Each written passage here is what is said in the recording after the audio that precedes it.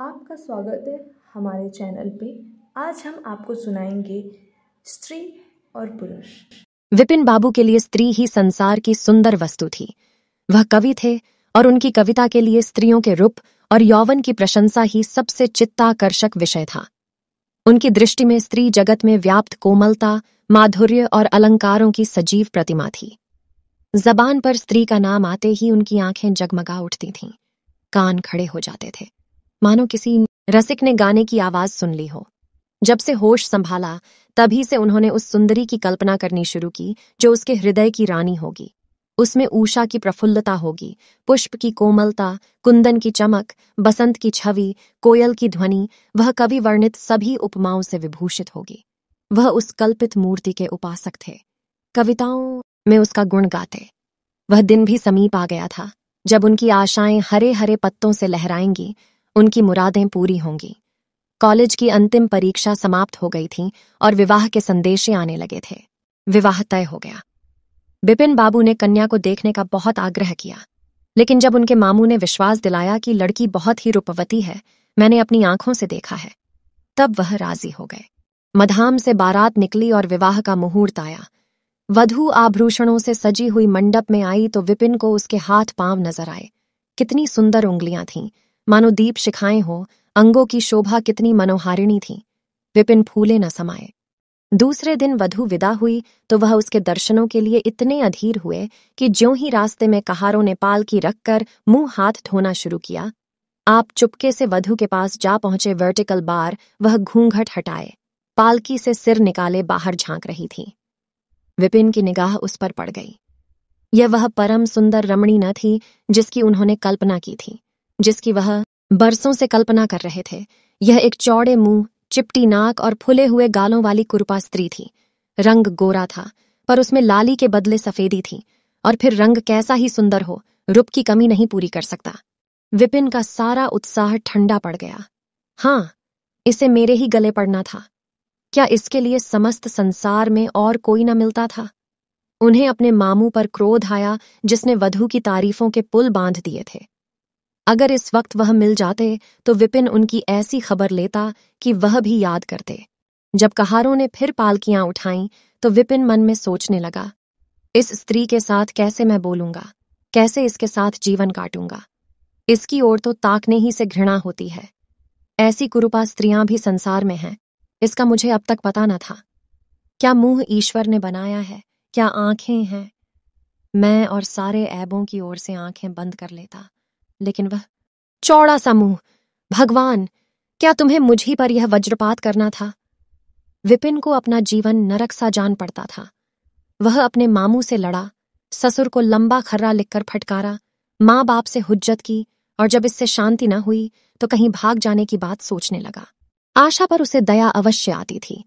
वह अपने का समझाता कि इसमें उस बेचारी का क्या दोष है, उसने जबरदस्ती तो मुझसे विवाह किया नहीं। लेकिन यह दया और यह विचार उस घृणा को न जीत सकता था जो आशा को देखते ही उसके रोम रोम में व्याप्त हो जाती थी। आशा अपने अच्छे से अच्छे कपड़े पहनती, तरह तरह से बाल संवारती, घंटों आईने के सामने खड़ी होकर अपना श्रृंगार करती, लेकिन विपिन को यह शुतुरगमज सी मालूम होती। वह दिल से चाहती थी कि उन्हें प्रसन्न करूं, उनकी सेवा करने के लिए अवसर खोजा करती थी, लेकिन विपिन उससे भागा भागा फिरता था। अगर कभी भेंट हो जाती तो कुछ ऐसी जली कटी बातें करने लगता कि आशा रोती हुई वहां से चली जाती। सबसे बुरी बात यह थी कि उसका चरित्र भ्रष्ट होने लगा। वह यह भूल जाने की चेष्टा करने लगा कि मेरा विवाह हो गया है। कई कई दिनों तक आशा को उसके दर्शन भी न होते। वह उसके कह कहे की आवाजें बाहर से आती हुई सुनती, झरोखे से देखती कि वह दोस्तों के गले में हाथ डाले सैर करने जा रहे हैं, और तड़प कर रह जाती। एक दिन खाना खाते समय उसने कहा, अब तो आपके दर्शन ही नहीं होते, मेरे कारण घर छोड़ दीजिएगा क्या? विपिन ने मुंह फेर कर कहा, घर ही पर तो रहता हूं, आजकल जरा नौकरी की तलाश है, इसलिए दौड़ धूप ज्यादा करनी पड़ती है। आशा किसी डॉक्टर से मेरी सूरत क्यों नहीं बनवा देते? सुनती हूं आजकल सूरत बनाने वाले डॉक्टर पैदा हुए हैं। विपिन, क्यों नाहक चिढ़ती हो? यहां तुम्हें किसने बुलाया था? आशा, आखिर इस मर्ज की दवा कौन करेगा? विपिन, इस मर्ज की दवा नहीं है। जो काम ईश्वर से न करते बना उसे आदमी क्या बना सकता है? आशा, यह तो तुम ही सोचो कि ईश्वर की भूल के लिए मुझे दंड दे रहे हो। संसार में कौन ऐसा आदमी है जिसे अच्छी सूरत बुरी लगती हो, लेकिन तुमने किसी मर्द को केवल रूपहीन होने के कारण कुंवारा रहते देखा है? रूपहीन लड़कियां भी माँ बाप के घर नहीं बैठी रहती, किसी न किसी तरह उनका निर्वाह हो ही जाता है। उसका पति उस पर प्राण ने देता हो, लेकिन दूध की मक्खी नहीं समझता। विपिन ने झुंझलाकर कहा, क्यों नाहक सिर खाती हो? मैं तुमसे बहस तो नहीं कर रहा हूं। दिल पर जब्र नहीं किया जा सकता और न दलीलों का उस पर कोई असर पड़ सकता है। मैं तुम्हें कुछ कहता तो नहीं हूं, फिर तुम क्यों मुझसे हुज्जत करती हो? आशा यह झिड़की सुनकर चली गई। उसे मालूम हो गया कि इन्होंने मेरी ओर से सदा के लिए हृदय कठोर कर लिया है। विपिन तो रोज सैर सपाटे करते, कभी कभी रात को गायब रहते। इधर आशा चिंता और नैराश्य से घुलते घुलते बीमार पड़ गई, लेकिन विपिन भूल कर भी उसे देखने न आता, सेवा करना तो दूर रहा। इतना ही नहीं, वह दिल में मानता था कि वह मर जाती तो गल्ला छूटता, अब की खूब देखभाल कर अपनी पसंद का विवाह करता। अब वह और भी खुल गया। पहले आशा से कुछ दबता था, कम से कम उसे यह धड़का लगा रहता था कि कोई मेरी चाल ढाल पर निगाह रखने वाला भी है। अब वह धड़का छूट गया। कुवासनाओं में ऐसा लिप्त हो गया कि मर्दाने कमरे में ही जमघटे होने लगे। लेकिन विषय भोग में धन ही का सर्वनाश नहीं होता, इससे कहीं अधिक बुद्धि और बल का सर्वनाश होता है।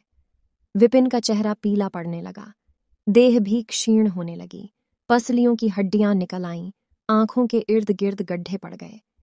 अब वह पहले से कहीं ज्यादा शोक करता, नित्य तेल लगाता, बाल बनवाता, कपड़े बदलता, किंतु मुख पर कांति न थी। रंग रोगन से क्या हो सकता? एक दिन आशा बरामदे में चारपाई पर लेटी हुई थी। इधर हफ्तों से उसने विपिन को न देखा था। उन्हें देखने की इच्छा हुई, उसे भय था कि वह पास नहीं आएंगे, फिर भी वह मन को न रोक सकी। विपिन को बुला भेजा। विपिन को भी उस पर कुछ दया आ गई, आकर सामने खड़े हो गए। आशा ने उनके मुंह की ओर देखा तो चौंक पड़ी। वह इतने दुर्बल हो गए थे कि पहचानना मुश्किल था। बोली, तुम भी बीमार हो क्या? तुम तो मुझसे भी ज्यादा घुल गए हो। विपिन, जिंदगी में रखा ही क्या है जिसके लिए जीने की फिक्र करूं? आशा, जीने की फिक्र न करने से कोई इतना दुबला नहीं हो जाता। तुम अपनी कोई दवा क्यों नहीं करते? यह कहकर उसने विपिन का दाहिना हाथ पकड़कर अपनी चारपाई पर बिठा लिया। विपिन ने भी हाथ छुड़ाने की चेष्टा न की। उनके स्वभाव में इस समय एक विचित्र नम्रता थी जो आशा ने कभी न देखी थी। बातों से भी निराशा टपकती थी, अक्खड़पन या क्रोध की गंध भी न थी। आशा को ऐसा मालूम हुआ कि उनकी आंखों में आंसू भरे हुए हैं। विपिन चारपाई पर बैठते हुए बोले, मेरी दवा अब मौत करेगी। मैं तुम्हें जलाने के लिए नहीं कहता, ईश्वर जानता है मैं तुम्हें चोट नहीं पहुंचाना चाहता। मैं अब ज्यादा दिनों तक न जीऊंगा। मुझे किसी भयंकर रोग के लक्षण दिखाई दे रहे हैं। डॉक्टर ने भी वही कहा है। मुझे इसका खेद है कि मेरे हाथों तुम्हें कष्ट पहुंचा, पर क्षमा करना। कभी कभी बैठे बैठे मेरा दिल डूब जाता है, मूर्छा सी आ जाती है। यह कहते कहते एकाएक वह कांप उठे। सारी देह में सनसनी सी दौड़ गई। मूर्छित होकर चारपाई पर गिर पड़े और हाथ पैर पटकने लगे। मुंह से फिचकुर निकलने लगा। सारी देह पसीने से तर हो गई। आशा का सारा रोग हवा हो गया। वह महीनों से बिस्तर न छोड़ सकी थी, पर इस समय उसके शिथिल अंगों में विचित्र स्फूर्ति दौड़ गई। उसने तेजी से उठकर विपिन को अच्छी तरह लेटा दिया और उनके मुख पर पानी के छींटे देने लगी। महरी भी दौड़ी आई और पंखा झलने लगी। उस पर भी विपिन ने आंखें न खोलीं। संध्या होते होते उनका मुंह टेढ़ा हो गया और बायां अंग शून्य पड़ गया। हिलाना तो दूर रहा, मुंह से बात निकलना भी मुश्किल हो गया। यह मूर्छा न थी, फालिज था। फालिज के भयंकर रोग में रोगी की सेवा करना आसान काम नहीं है। उस पर आशा महीनों से बीमार थी, लेकिन उस रोग के सामने वह अपना रोग भूल गई। 15 दिनों तक विपिन की हालत बहुत नाजुक रही। आशा दिन के दिन और रात की रात उनके पास बैठी रहती। उनके लिए पथ्य बनाना, उन्हें गोद में संभाल कर दवा पिलाना, उनके जरा जरा से इशारों को समझना उसी जैसी धैर्यशाली स्त्री का काम था। अपना सिर दर्द से फटा करता, ज्वर से देह तपा करती, पर इसकी उसे जरा भी परवाह न थी। 11 दिनों बाद विपिन की हालत कुछ संभली। उनका दाहिना पैर तो लुंज पड़ गया था, पर तोतली भाषा में कुछ बोलने लगे थे। सबसे बुरी गत उनके सुंदर मुख की हुई थी। वह इतना टेढ़ा हो गया था जैसे कोई रबर के खिलौने को खींच कर बढ़ा दे। बैटरी की मदद से जरा देर के लिए बैठे या खड़े तो हो जाते थे, लेकिन चलने फिरने की ताकत न थी। एक दिन लेटे लेटे उन्हें क्या ख्याल आया, आईना उठाकर अपना मुंह देखने लगे। ऐसा कुरूप आदमी उन्होंने कभी न देखा था। आहिस्ता से बोले, आशा, ईश्वर ने मुझे गुरूर की सजा दे दी। वास्तव में मुझे यह उसी बुराई का बदला मिला है जो मैंने तुम्हारे साथ की। अब तुम अगर मेरा मुंह देखकर घृणा से मुंह फेर लो तो मुझसे उस दुर्व्यवहार का बदला लो जो मैंने तुम्हारे साथ किए हैं। आशा ने पति की ओर कोमल भाव से देखकर कहा, मैं तो आपको अब भी उसी निगाह से देखती हूँ। मुझे तो आप में कोई अंतर नहीं दिखाई देता। विपिन, वाह, बंदर का सा मुंह हो गया है। तुम कहती हो कि कोई अंतर ही नहीं। मैं तो अब कभी बाहर न निकलूंगा। ईश्वर ने मुझे सचमुच दंड दिया। बहुत यत्न किए गए पर विपिन का मुंह सीधा न हुआ। मुख्य का बायां भाग इतना टेढ़ा हो गया था कि चेहरा देखकर डर मालूम होता था। हाँ, पैरों में इतनी शक्ति आ गई कि अब वह चलने फिरने लगे। आशा ने पति की बीमारी में देवी की मनौती की थी। आज उसी की पूजा का उत्सव था। मोहल्ले की स्त्रियां बनाव सिंगार किए जमा थीं।